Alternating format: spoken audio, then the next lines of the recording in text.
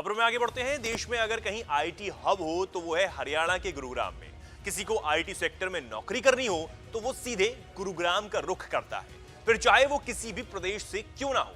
खासकर दिल्ली और उत्तर प्रदेश के युवा नौकरी की तलाश में गुरुग्राम का ही रुख करते हैं। लेकिन आने वाले कुछ वक्त में ऐसा नहीं होगा, क्योंकि यूपी के मुख्यमंत्री योगी आदित्यनाथ ने यूपी के लिए खास प्लान तैयार कर लिया है। प्लान है यूपी को आईटी हब बनाने का। जी हां, और यह प्लान सिर्फ दूसरे प्रदेशों को ही मात नहीं देगा, बल्कि ग्लोबल स्तर पर भी यूपी की पहचान बनाएगा। और जिस तरह कानपुर को मैनचेस्टर की पहचान मिली है, उसी तर्ज पर पूरे यूपी को आईटी के मामले में सिलिकॉन वैली की पहचान मिलेगी।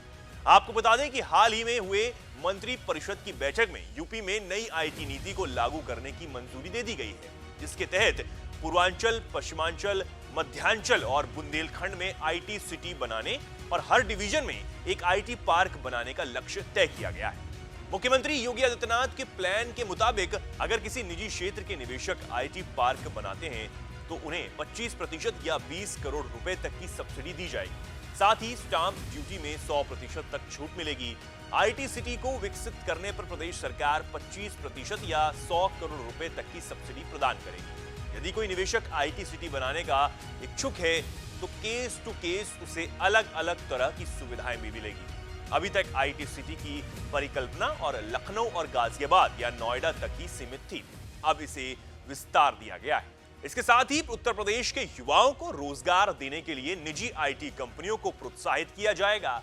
इसके तहत यदि कोई कंपनी यूपी के युवाओं को ज्यादा तवज्जो देती है तो उसके लिए रिक्रूटमेंट असिस्टेंट का प्रावधान किया गया है। ऐसे युवक जो यूपी के रहने वाले हों, जिन्होंने यूपी से पढ़ाई की हो, ऐसे कम से कम 30 युवाओं को यदि कोई आईटी यूनिट या ऑफिस रोजगार दे रही है तो सरकार प्रतिवर्ष उसे 20,000 रुपए प्रति छात्र वन टाइम रिक्रूटमेंट असिस्टेंट प्रदान करेगी। इसके अलावा इमर्जिंग टेक्नोलॉजी के क्षेत्र में छात्रों और कर्मचारियों को अपनी स्किल बढ़ाने के लिए भी सरकार की तरफ से आर्थिक मदद और स्किल डेवलपमेंट के लिए सरकार कोर्स की फीस का 50% या 50,000 रुपए तक का सहयोग भी देगी।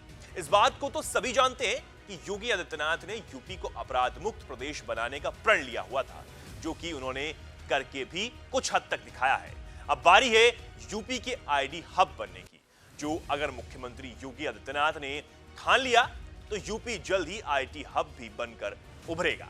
इस पर आप क्या कहना चाहते हैं, हमें कमेंट सेक्शन में जरूर बताएं और ऐसी ही तमाम खबरों को जानने के लिए जुड़े रहिए वीके न्यूज के साथ। धन्यवाद। वीके न्यूज, राष्ट्र के नाम।